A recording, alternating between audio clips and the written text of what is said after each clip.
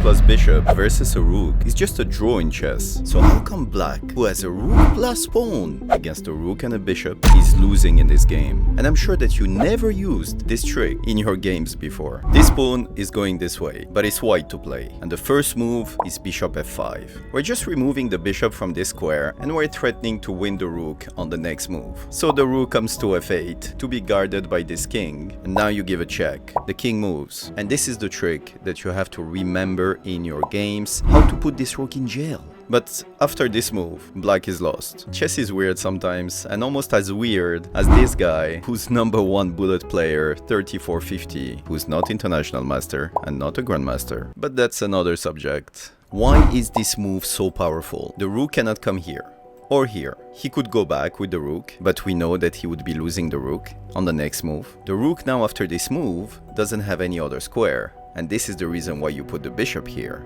If the king moves, check, and we win the rook. This leaves only one possible move to try and survive, and this is pushing the pawn. Do you think we're gonna take it? Let me show you what you do in your games. You take the pawn. And now this rook received the Monopoly card out of jail, and she's gonna start bothering you everywhere on this chessboard, checking you, attacking your pieces, and this is just a draw. I never said that you should take the pawn here. The second trick that you need to know here is that you have to create what we call a Zugzwang. King e1. He pushes. King here. Pushes. King here. Pushes again. And this is a check. And what are you gonna do about it? Are you gonna take the pawn? You know, with chesscape is never easy. I always try to trick you. Should you here take the pawn or move the king somewhere else?